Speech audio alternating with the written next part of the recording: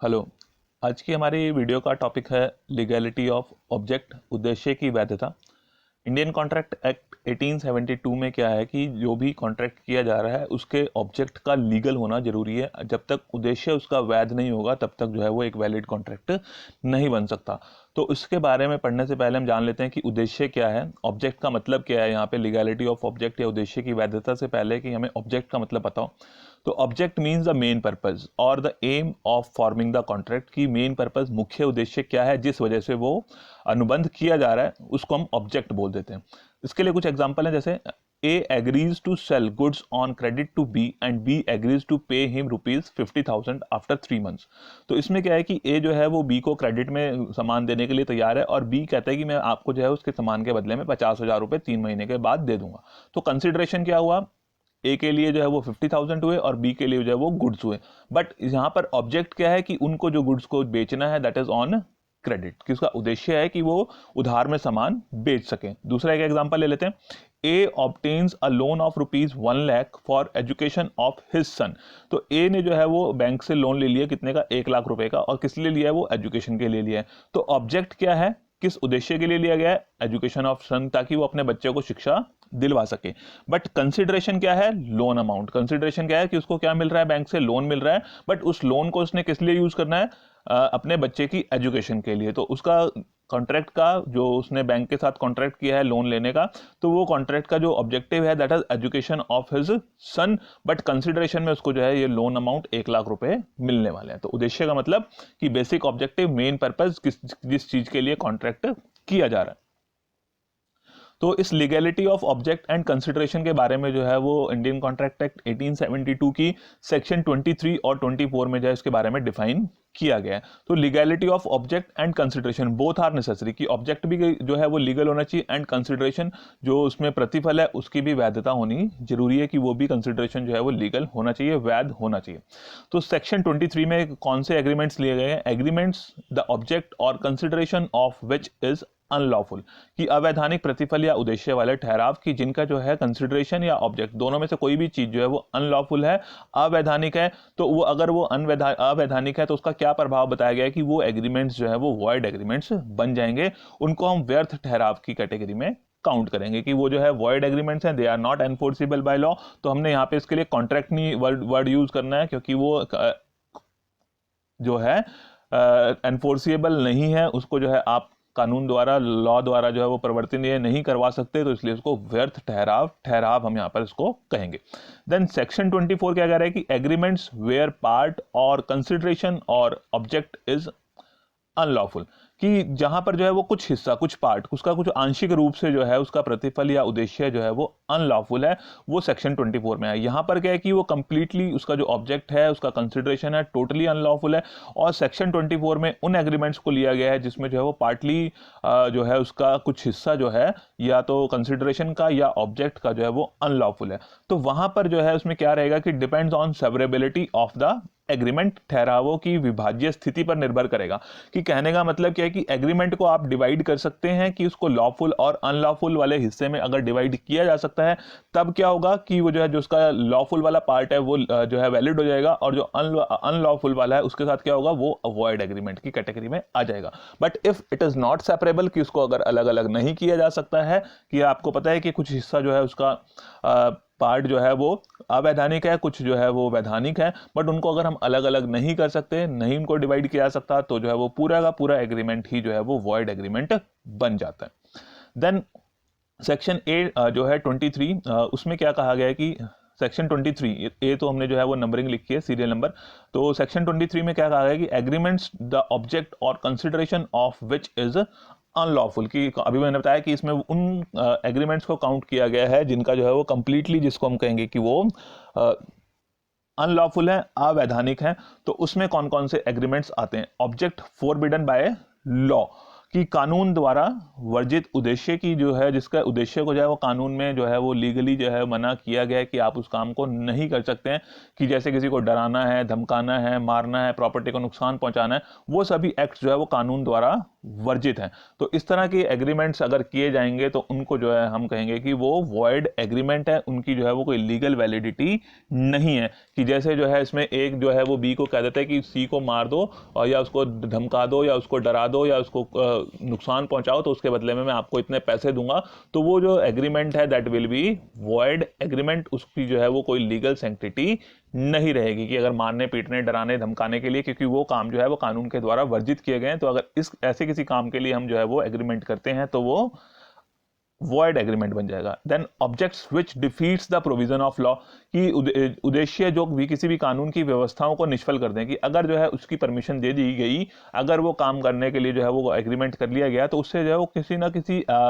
कानून का जो है वो प्रोविजन, जो उसकी कानून की व्यवस्था है वो डिफीट हो जाएगी, वो निष्फल हो जाएगी, उसका जो ऑब्जेक्टिव है वो फेल हो जाएगा। फॉर एग्जांपल कि जो है अगर जो है कुछ पार्टनर्स आपस में मिलकर जो है वो ऐसा एग्रीमेंट कर लेते हैं कि हम जो है अपनी पार्टनरशिप फर्म की इनकम को छुपा लेंगे ताकि जो है हमारा इनकम टैक्स कम हो। तो जो इवेजन ऑफ इनकम टैक्स है, अपने जो है टैक्स को छुपाना कम करना, वो जो है इलीगल है। आप ऐसा नहीं कर सकते क्योंकि उससे जो है वो इनकम टैक्स एक्ट के जो प्रोविजंस हैं वो डिफीट हो जाएंगे, क्योंकि उसमें क्या है कि जिसकी इनकम जितनी बनती है उस सही इनकम के ऊपर उसको टैक्स देना है। तो अगर इस तरह का कोई एग्रीमेंट किया जाता है पार्टनर्स के बीच में, तो वो एग्रीमेंट जो है वो वॉइड एग्रीमेंट की कैटेगरी में काउंट होगा। इसी तरह से फॉर एग्जांपल की जो है मान लो टैक्स अथॉरिटीज हैं, टैक्स अथॉरिटी ने जो है वो किसी के पर्सन की जो है वो प्रॉपर्टी को क्या करना है, सेल करना है, उसकी ऑक्शन होनी है। तो जिस पर्सन की वो प्रॉपर्टी ऑक्शन होती है, वो पर्सन जो है वो खुद से उस प्रॉपर्टी को एक्वायर नहीं कर सकता। तो फॉर एग्जांपल कि ए जो है उसके जो है कोई टैक्स लायबिलिटी बनती है, बट वो टैक्स लायबिलिटी पे नहीं करा, तो इनकम टैक्स अथॉरिटीज ने जो है उसकी प्रॉपर्टी को सेल आउट करने का डिसीजन ले लिया। तो उसने जो है वो ए की प्रॉपर्टी सेल आउट होनी थी, उसने ए ने जो है वो बी के साथ एग्रीमेंट कर लिया कि आप जो है जब वो इनकम टैक्स अथॉरिटीज जो है वो प्रॉपर्टी की सेल आउट करेंगे, कुर्की की जाएगी, तो आप जो है उस प्रॉपर्टी को खरीद लें और मैं बाद में आपसे वापस ले लूंगा। तो अगर इस तरह का कोई एग्रीमेंट किया जाता है तो वो एग्रीमेंट भी जो है वो वॉइड एग्रीमेंट होगा, क्योंकि उससे जो है उस एक्ट के प्रोविजन जो है वो फेल हो जाएंगे, डिफीट हो जाएंगे। देन थर्ड जो है ऑब्जेक्ट इज फ्रॉडुलेंट, कि उसका उद्देश्य ही कपटपूर्ण है, यानी कि उसका उद्देश्य जो है वो किसी को धोखा देने का है, चीट करने का है, किसी के साथ फ्रॉड करने का है। फॉर एग्जांपल कि कोई जो है नौकर अपने मालिक की संपत्ति के लिए जो है वो एग्रीमेंट कर लेता है कि मालिक की संपत्ति को जो है वो बिना मालिक की परमिशन के बेचने के लिए कोई एग्रीमेंट कर लेता है, तो उसको जो हम कहेंगे कि उसका उद्देश्य जो है वो दूसरे पर्सन को, अपने मालिक को जो है वो धोखा देने का है। या फिर जो है वो मान लो कोई एजेंट है, वो अपने जो है वो प्रिंसिपल को बिना बताए, यानी कि अपने मालिक को बिना बताए जो है वो एजेंट अपने मालिक की प्रॉपर्टी के लिए जो है वो कोई एग्रीमेंट कर लेता है। मान लो उसकी कोई लैंड है, उस लैंड को आगे लीज पर दे देता है। तो इस तरह का जो एग्रीमेंट है दैट विल बी फ्रॉडुलेंट, की उसका जो ऑब्जेक्टिव है, उस एजेंट का जो ऑब्जेक्टिव है वो अपने मालिक को, अपने प्रिंसिपल को चीट करने का है। तो वो एग्रीमेंट भी जो है वो वॉइड एग्रीमेंट की कैटेगरी में आएंगे, अगर उनका ऑब्जेक्ट, उनका उद्देश्य जो है वो कपटपूर्ण है, फ्रॉडुलेंट है। Object involves injury to the person और the property of the another, कि अगर ऐसे कोई ऑब्जेक्ट, ऐसा कोई काम किया गया है मतलब ऐसा कोई ऑब्जेक्टिव है उस एग्रीमेंट का जिसमें जो है किसी दूसरे पर्सन की प्रॉपर्टी को या दूसरे पर्सन को जो है वो नुकसान पहुंचाया जाएगा, तो उसको जो है हम कहेंगे कि वो भी वॉइड एग्रीमेंट में आएगा। उसको जो है इसी एक्ट के अंदर डिफाइन किया गया है, इसी सेक्शन में डिफाइन किया गया है। तो जिसमें ऐसा कोई ऑब्जेक्ट है जिससे पर्सन को या उसकी प्रॉपर्टी को नुकसान पहुंचाने के लिए एग्रीमेंट किया गया है। तो इसमें जो है हम दोनों चीजें ले लेते हैं कि उसकी चाहे वो पर्सन को या प्रॉपर्टी को या उसकी फेम को, उसके नाम को जो है वो दूषित करने की कोशिश की जाती है, डिफेम करने की कोशिश की जाती है, तो वो एग्रीमेंट भी इसी कैटेगरी में आएंगे। फॉर एग्जांपल कि एक पर्सन ने जो है वो दूसरे पर्सन को जो है पैसे दे दिए कि या न्यूज एजेंसी को पैसे दे दिए कि आप जो है अपने न्यूज़पेपर में इस पर्सन के लिए जो है वो आप जो है वो डिफेमिंग आर्टिकल, मतलब उसकी छवि को धूमिल करने वाला, छवि को खराब करने वाला आर्टिकल आप न्यूज़पेपर में छाप दो, उसके बदले में मैं आपको पैसे दूंगा। तो इस तरह के एग्रीमेंट भी जो है वो वॉइड है, कि अगर किसी की छवि को, किसी के जो है वो नाम को दूषित करने की कोशिश की जा रही है। या फिर जो है वो ए बी को कहता है कि जी मैं आपको जो है वो नुकसान पहुंचा दूंगा, या आपकी प्रॉपर्टी को सीज कर लूंगा, अपने पास रख लूंगा, या उसमें आग लगा दूंगा, तो या आपको मार दिया जाएगा, पीट दिया जाएगा। तो इस तरह से उसको डरा धमका के जो है वो गलत काम करके उसको नुकसान पहुंचा के, उसकी प्रॉपर्टी को नुकसान पहुंचा के उसको एग्रीमेंट में एंटर करवाता है, तब भी जो है हम कहेंगे कि उसका उद्देश्य जो है वो सही नहीं है, और वो जो है एग्रीमेंट वॉइड एग्रीमेंट आ जाए में काउंट किया जाएगा। और इसमें और भी एक चीज आ जाती है कि ये अपने जो अपराध हैं उसके अपने अपराधों का जो है वो फल प्राप्त नहीं कर सकता। फॉर एग्जाम्पल कि एक पर्सन उसने अपना इंश्योरेंस करवाया हुआ है, अपना इंश्योरेंस करवाया तो उसको पता है कि मेरी जो है लाइफ इंश्योर्ड है, तो वो क्या करता है कि अपनी जो है चाहता है कि मेरे पैसा जो इंश्योरेंस का पैसा है मेरी वाइफ को मिल जाए, तो मेरी वाइफ को मिल जाए इसलिए क्या किया है उसने सुसाइड कर लिया। तो अगर वो सुसाइड करता है तो उस केस में जो है उसकी पत्नी को वो राशि नहीं मिलेगी, क्योंकि जो है वो क्या है, सुसाइड इज अ क्राइम, की सुसाइड करना भी जो है वो एक क्राइम है। तो अपने क्राइम के बदले में जो है उसको कोई प्रतिफल नहीं मिल सकता, कोई बेनिफिट नहीं मिल सकता।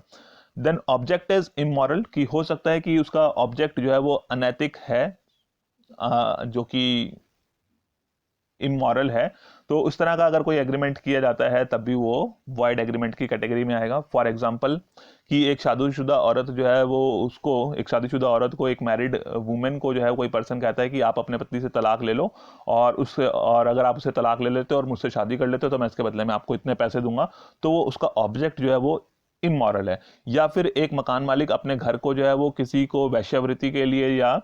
प्रोस्टिट्यूशन के लिए जो है वो किराए पर दे देता है, तो इस तरह का एग्रीमेंट भी जो है वो वॉइड एग्रीमेंट में आएगा, क्योंकि उसका जो ऑब्जेक्ट है, किराए पे देना तो सही बात है, बट जो उसमें उसको घर को यूज करना है, वो उसने वैश्यावृत्ति के लिए या प्रोस्टिट्यूशन के लिए यूज करना है, तो वो जो ऑब्जेक्ट है उसका वो अनैतिक हो गया, तो इसलिए भी जो है वो एग्रीमेंट वॉइड एग्रीमेंट बन जाएगा। तो जिनका उद्देश्य अनैतिक हो वो भी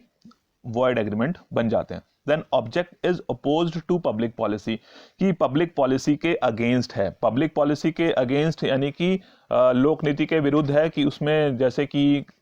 कानून के जो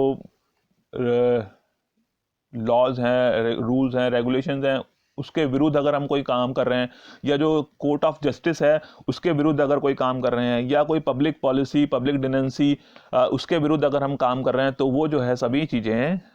मानी जाती हैं कि they are oppose to the public policy, की पब्लिक पॉलिसी के खिलाफ है। मान लो किसी के ऊपर जो है वो केस चला हुआ है किसी पनिशमेंट के लिए, किसी ऑफेंसिव एक्ट के लिए, और उसको जो है वो दूसरा पर्सन कहता है कि मेरे को इतने पैसे दे दो और मैं आपको जो है वो इस केस से छुड़वा दूंगा। तो इस तरह के जो एक्ट्स हैं वो जो है लोक नीति के विरुद्ध हैं, गलत मैसेज जो है उसे समाज में जाता है, तो इनको भी जो है वो वाइड एग्रीमेंट की कैटेगरी में लिया गया। और ये जो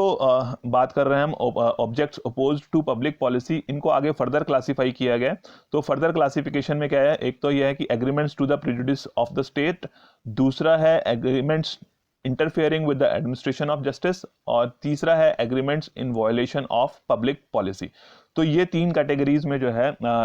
objects which are against the public policy उनको डिफाइन किया गया। तो इसमें पहला जो हम बढ़ रहे हैं कि जो आपका 6 पॉइंट था उसी के सब पॉइंट्स हैं, ये बी, सी और डी जो वाले पॉइंट्स जो हैं ये आपके 6 पॉइंट की ही सब हेडिंग आप इसको कह सकते हैं। जो आपका ये 6 पॉइंट है इसी की सब हेडिंग्स में आएंगे ये। तो इसमें agreements to the prejudice of the state, राज्य के पक्षपात के लिए ठहराव, की मतलब जो है वो हम जो स्टेट है, जो राज्य है, हमारे जो गवर्नमेंट है, उसी के अगेंस्ट जो हम कोई एक्ट कर रहे हैं, कोई काम कर रहे हैं, तो वो इस में हम काउंट करेंगे। तो इसमें पहला है trading with enemies, trading with alien enemies, जो हमारे शत्रु देश हैं, शत्रु के देशों के जो नागरिक हैं, उनके साथ अगर हम कोई एग्रीमेंट करते हैं दैट इज इलीगल, वो इलीगल हो जाता है। बट इसको जो हम दो कैटेगरीज में डिवाइड कर लेते हैं। जो ट्रेडिंग विद एनिमी है कि agreement made before the war, कि जिस देश के, दुश्मन देश का मतलब है कि जिसके साथ हमारा जो है वो लड़ाई चली हुई है। तो जिस देश के साथ हमारी लड़ाई चली हुई है तो उसके साथ जो हमारे एग्रीमेंट्स हैं वो हो सकता है कि हमने जो है वो लड़ाई से पहले, वॉर से पहले जो है वो एग्रीमेंट किए हैं। अगर वॉर से पहले हमने एग्रीमेंट किए हैं तो वो एग्रीमेंट जो है वो ख़त्म हो जाएंगे जैसे ही लड़ाई छिड़ेगी, और उनको जो है वो सस्पेंड कर दिया जाएगा, डिसॉल्व कर दिया जाएगा, या तो ख़त्म कर दिए जाएंगे, या फिर जब तक जो है वो उनके जो है वो रिलेशन ठीक नहीं होते तब तक जो है उसको सस्पेंड कर दिया जाता है, और अगर उसके बाद रिलेशन ठीक होते हैं तो उसको जो है वो वैलिड किया जा सकता है। वो डिपेंड्स की सिचुएशन क्या रहती है। बट अगर जो है वो मेड ड्यूरिंग द वॉर तो वो जो है वो फुल्ली इलीगल हैं और उनको जो है वो पब्लिक पॉलिसी के अगेंस्ट हैं, तो ऐसे एग्रीमेंट जो है वो वॉइड और इलीगल एग्रीमेंट की कैटेगरी में आएंगे। Then sale of public offices and trafficking in public offices, सरकारी दफ्तरों की बिक्री या सरकारी दफ्तरों में तस्करी, मतलब ऐसा कोई काम जिसको जो है हम कहें कि लोक नीति के विरुद्ध है, अगेंस्ट है, करप्शन से रिलेटेड है, ऐसा कोई काम जो कि करप्शन से रिलेटेड है। मान लो जो है वो ए बी को कहता है कि मुझे जो है वो 1 लाख रुपए दे दो और इसके बदले में मैं तुम्हारे को सरकारी नौकरी दिलवा दूंगा। तो ये जो है वो लोक नीति के विरुद्ध है। सरकारी दफ्तर की जो सरकारी नौकरी है वो उसको जो कंपटीशन करना है, compete करना है, इंटरव्यू देना है, टेस्ट देना है, उसके बाद उसकी नौकरी लगनी चाहिए। बट अगर इस तरह का कोई एग्रीमेंट किया जाता है तो वो पब्लिक पॉलिसी के अगेंस्ट है। या फिर आप किसी मेंबर ऑफ पार्लियामेंट को कहते हैं कि जी आप जो है, आपको मैं इतने पैसे दे दूंगा और आप जो है वो मेरे हक में जो है वो इस का फैसला करवा दें। तो इस तरह के एग्रीमेंट्स भी जो है वो sale of public offices, trafficking मतलब करप्शन से रिलेटेड है, जिसमें जो है वो उसका उद्देश्य जो पब्लिक ऑफिस है, सरकारी दफ्तर है या सरकारी ऑफिसर है, उसमें जो है वो उसका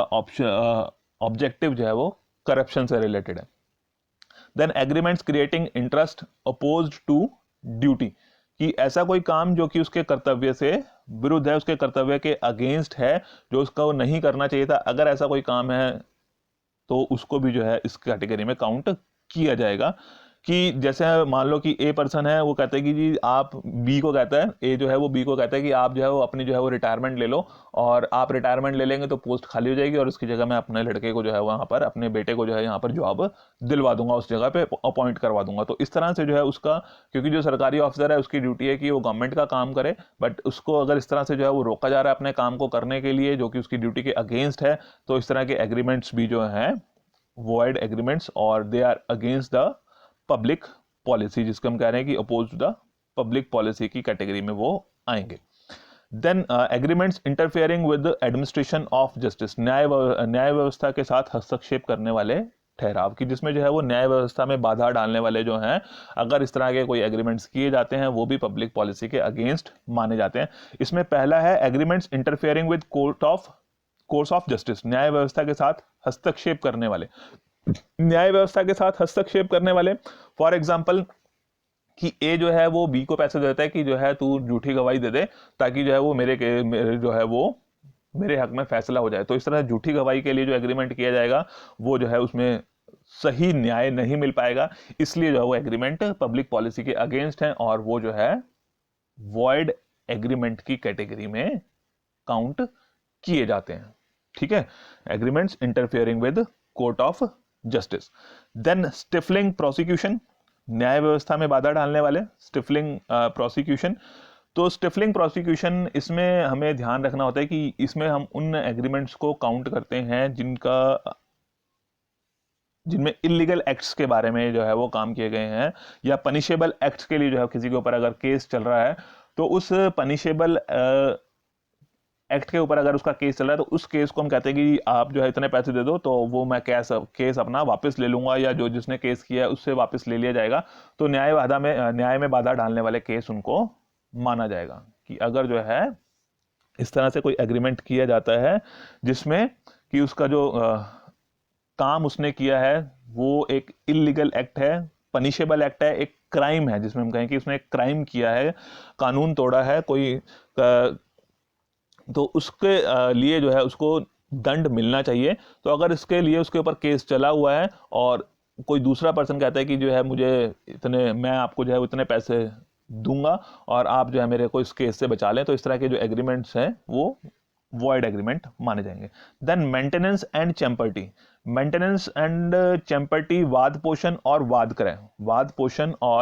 वाद क्रय वाले जो हैं, तो मेंटेनेंस के जो एग्रीमेंट्स हैं वाद पोषण वाले हैं, कि उसमें क्या है कि एक पर्सन जो है वो दूसरे पर्सन को जो है वो पैसे देता है कि वो किसी और थर्ड पर्सन के ऊपर जो है वो केस फाइल कर दें। कि उसमें क्या है कि एक पर्सन जो है वो दूसरे पर्सन को पैसे दे रहा है कि वो तीसरे पर्सन के ऊपर केस फाइल कर दे जिसमें पहले वाले पर्सन का कोई भी इंटरेस्ट नहीं है, that is known as maintenance. And champerty में क्या होता है कि वो एक पर्सन जो है वो दूसरे पर्सन को फाइनेंस करता है कि जो है वो अपना केस फाइल करे, केस लड़े, बट उस केस में अगर उसको कुछ बेनिफिट मिलेगा तो वो केस उसमें से जो है वो कुछ पैसा, कुछ गेन जो है वो खुद चाहता है, दैट इज चैम्पर्टी। उसको हम जो है वो चैम्पर्टी वाले में काउंट करते हैं। ठीक है, तो इसके जो है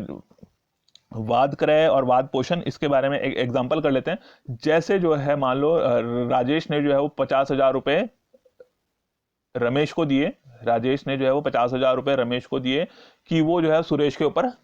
केस फाइल कर दे, और उस केस में जो है वो राजेश का कोई भी इंटरेस्ट नहीं है, तो उसको हम कहेंगे कि वो मेंटेनेंस का केस है, कि जिसने जो है वो उसको फाइनेंस कर रहा है केस करने के लिए, लिटिगेशन स्टार्ट करने के लिए, बट उसका कोई भी इंटरेस्ट नहीं है। दूसरा जो है चैम्पर्टी वाले केस में क्या है, चैम्पर्टी वाले केस में जो है वो मान लो ए और बी का जो है वो केस चला हुआ है प्रॉपर्टी का, ए और बी का कोई प्रॉपर्टी का केस चला हुआ है, सी जो है वो ए को फाइनेंस करता है कि मैं तेरे को फाइनेंस कर रहा हूं, बट अगर तेरे को वो प्रॉपर्टी मिल जाती है तो उस प्रॉपर्टी का इतना % शेयर वो आपको मुझे देना पड़ेगा। तो इस तरह के केसेस को हम चैम्पर्टी बोलते हैं। तो they all are against the public policy, इस तरह के सभी एग्रीमेंट्स जो है वो पब्लिक पॉलिसी के अगेंस्ट हैं और वो जो है वो वॉइड एग्रीमेंट की कैटेगरी में आते हैं। थर्ड जो पार्ट आ जाता है आपका, ये ABCD इसलिए लिखे हैं कि उसको आप एक्सप्लेन कर सकते हैं। मेन जो आपके 6 पॉइंट्स मैंने बताए थे स्टार्टिंग वाले उसमें, ये 6 पॉइंट्स हैं सेक्शन 23 के अंडर, बट ये ऑब्जेक्ट्स विच आर जिनके ऑब्जेक्ट्स जो है वो पब्लिक पॉलिसी के अगेंस्ट हैं, उसमें हमारे पास पॉइंट बी जिसके बारे में मैंने बता दिया आपको, पॉइंट सी इसके बारे में बता दिया, देन पॉइंट डी इसमें क्या कह रहे हैं कि agreements in the violation of public decency, जिसमें जो है वो सार्वजनिक शालीनता का उल्लंघन होता है, इस तरह के जो एग्रीमेंट्स हैं वो भी जो है वो वॉइड एग्रीमेंट आते हैं। जैसे मैरिज ब्रोकेज एग्रीमेंट्स, दलाली लेकर विवाह करवाने के, जी आप जो है अपनी किसी को पैसे देते हैं और उसके जो है वो विवाह करवा देते हैं, तो इसके तरह के एग्रीमेंट्स जो है वो मैरिज दलाली वाले, विवाह की दलाली वाले जो ठहराव हैं उनको हम वॉइड एग्रीमेंट की कैटेगरी में काउंट करेंगे, क्योंकि सार्वजनिक शालीनता पब्लिक डिसेंसी के वो अगेंस्ट हैं। जैसे कि इसमें एक एग्जांपल कर लेते हैं कि an agreement for the sale of a girl is void, कि जो है वो कहते हैं कि इस लड़की को बेच दो और इसकी जो है मैं किसी और के साथ शादी करवा दूंगा और इसके बदले में आप मुझसे इतने पैसे ले लो, वो जो है दलाली लेकर विवाह करवाने वाले एग्रीमेंट्स जो है वो वॉइड एग्रीमेंट माने जाते हैं। एग्रीमेंट्स अगेंस्ट मैरिटल ड्यूटीज, की जो किसी पर्सन की मैरिटल ड्यूटीज बनती हैं शादी के बाद, विवाह के बाद जो उसके कर्तव्य बनते हैं, उसमें हस्तक्षेप करने वाला अगर कोई ठहराव किया गया है तब भी वो इलीगल बन जाता है और वो है पब्लिक पॉलिसी के अगेंस्ट माना जाता है। जैसे ए ने जो है, जैसे मैंने पहले भी बताया था एक एग्जांपल, कि ए जो है वो किसी बी लेडी को, मैरिड वुमेन को कहता है कि आप अपने पति से तलाक ले लो और जो है मुझसे शादी कर लो, तो वो जो है अगेंस्ट मैरिटल ड्यूटीज है, उसकी ड्यूटी है कि वो अपने हस्बैंड के लिए जो है वो अपने हस्बैंड के लिए लॉयल रहे, वफादार रहे, तो इस तरह के एग्रीमेंट्स जो है वो वॉइड एग्रीमेंट्स आएंगे। Agreements restricting public agreements restricting personal liberty, किसी की व्यक्तिगत स्वतंत्रता में बाधा डालने वाले एग्रीमेंट्स भी जो है वो जो है वॉइड एग्रीमेंट की कैटेगरी में आते हैं। कि व्यक्तिगत स्वतंत्रता हो सकता है कि जो है आप प्रिंसिपल है और उस मालिक है, मालिक का कोई नौकर है, बट आप जो है उसके ऊपर ऐसी रिस्ट्रिक्शंस नहीं लगा सकते कि जिससे जो है उसकी अपनी पर्सनल लिबर्टी पे जो है वो रोक लग जाए। तो इस तरह के एग्रीमेंट्स भी जो है वो वॉइड एग्रीमेंट की कैटेगरी में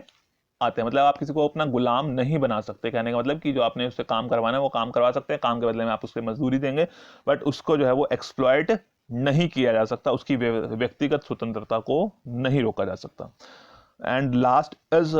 सेक्शन 24, ये जो भी पॉइंट्स किए वो हमने किए थे सेक्शन 23 में, जहां पर जो है वो कंप्लीटली वो एग्रीमेंट वॉइड होता है।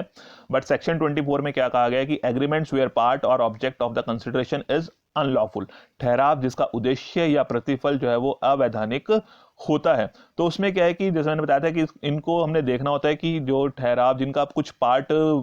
वैलिड है, मतलब कुछ लीगल है, कुछ इलीगल है, या कह लो कुछ लॉफुल है, कुछ अनलॉफुल है, तो उसमें हमें देखना होता है कि उनको जो है वो सेपरेट किया जा सकता है या नहीं किया जा सकता। तो अगर उनको सेपरेट किया जा सकता है, where the legal and illegal part can be served, severed आना था यहाँ पे, तो उनको सीवर्ड किया जा सकता है, अलग अलग किया जा सकता है, SEVERED लिखेंगे आप इसको, ये जो स्पेलिंग लिखी है SEVERD, तो सीवर्ड लिखेंगे। तो अगर उनको अलग अलग किया जा सकता है तो क्या होगा कि जब अलग अलग किया जा सकता है तो जो लीगल पार्ट है वो जो है वैलिड रहेगा, एनफोर्सिबल रहेगा, और जो इलीगल पार्ट है वो जो है वो वॉइड और अनएनफोर्सिबल बन जाता है। तो जैसे जो है मान लो फॉर एग्जांपल कि ए ने जो है वो बी को अपना घर जो है किराए पे दिया और उसने कहा कि इसका किराया जो है 10,000 रुपए है। अब बी जो है उसका घर जो है वो गैम्बलिंग के लिए यूज कर रहा है और बी कह रहा है कि मैं इसके बदले में आपको 50,000 रुपए एक्स्ट्रा दूंगा। तो ए ने जो अपना घर बी को किराए पे दिया है, उसका जो 10,000 रुपए का रेंट है, दैट इज वैलिड पार्ट, वो लीगल पार्ट है, अपने घर को किराए पे दे सकता है। और दूसरी तरफ बी कह रहा है कि मैं इसको गैम्बलिंग के लिए यूज करूंगा और उसके बदले में आपको 50,000 रुपए दूंगा। तो वो जो पार्ट है गैम्बलिंग के लिए यूज करने वाला और उसके बदले में 50,000 रुपए देने वाला, वो पार्ट जो है इलीगल पार्ट है, वॉइड है, अनएनफोर्सिबल है। बट जो उसका पहला वाला पार्ट है जिसमें उसने अपनी प्रॉपर्टी को रेंट पे दिया है, वो पार्ट जो है उसका लीगल है, उसको जो है वो एनफोर्स करवाया जा सकता है। और दूसरा, जैसे कि अगर उसको सेपरेट नहीं किया जा सकता, तो अगर उसकी सेपरेशन पॉसिबल नहीं है, तो उस केस में पूरा का पूरा कंप्लीट एग्रीमेंट ही जो है वो उसका वॉइड हो जाता है, उसकी जो है वो कोई लीगल सेंटिटी नहीं रहती, वो अनएनफोर्सेबल हो जाता है। फॉर एग्जांपल कि ए ने जो है वो बी को अपने पास जो है वो नौकरी पे रख लिया, ए ने जो है वो बी को नौकरी पे रख लिया, और उसने कहा है कि मेरा इंपोर्ट का बिजनेस है, और इंपोर्ट के बिजनेस के साथ साथ मेरा जो है कुछ स्मगलिंग का भी काम है, और उस स्मगलिंग के काम के लिए जो है मैं मतलब, और इंपोर्ट का काम सारा जो कुछ लीगल काम है कुछ इलीगल काम है, दोनों के मिला के जो है मैं आपको जो है वो 15,000 रुपये जो है सैलरी पे करूंगा। अब उसने जो 15,000 रुपये दिए हैं, उसमें ये नहीं पता कि उसने जो है वो लीगल इंपोर्ट्स के लिए कितने दे रहा है और इलीगल एक्टिविटीज के लिए कितने दे रहा है, तो वो जो पार्ट है उसका 15,000 का उसको अलग अलग करना जो है वो पॉसिबल नहीं है। तो जहां पर उसको जो है अलग अलग नहीं किया जा सकता, तो कंप्लीट एग्रीमेंट जो है उसका वॉइड एग्रीमेंट बन जाता है। तो ये आपने जब पेपर में एक्सप्लेन करना है, तो क्या है कि इसमें legality of consideration and object section 23-24 में आ जाएगा। यहाँ पर पूरा का पूरा जो है उसका एग्रीमेंट अनलॉफुल रहता है, यहाँ पर जो है उसका कुछ हिस्सा लीगल है, कुछ इलीगल है, कुछ लॉफुल है, कुछ अनलॉफुल है। तो सेक्शन 23 में ये 6 पॉइंट्स मेंशन किए गए हैं, जिसमें से जो 6 पॉइंट है, object is oppose to the public policy, उसके अंदर ये कुछ सब पॉइंट्स बनते हैं। इनको आप जो है यहाँ पे इनकी नंबरिंग चेंज भी कर सकते हैं कि इसके सब पॉइंट्स 1, देन इसको जो है आप 2, और इसको जो है वो 3 के अगेंस्ट जो है वो बता सकते हैं। और ये सेक्शन 24 जिसमें जो है ये बताया गया है कि अगर वो उसका कुछ हिस्सा लीगल है कुछ इलीगल है, तो अगर उनको अलग अलग किया जा सकता है, तो वैलिड पार्ट जो लीगल पार्ट है वो वैलिड हो जाता है, और इलीगल पार्ट वॉइड हो जाता है। बट अगर अलग अलग नहीं किया जा सकता, तो कंप्लीट एग्रीमेंट जो है वो वॉइड एग्रीमेंट हो जाता है, और दैट इज अनएनफोर्सेबल बाय लॉ। तो आज की वीडियो में इतना ही है। Okay, thank you.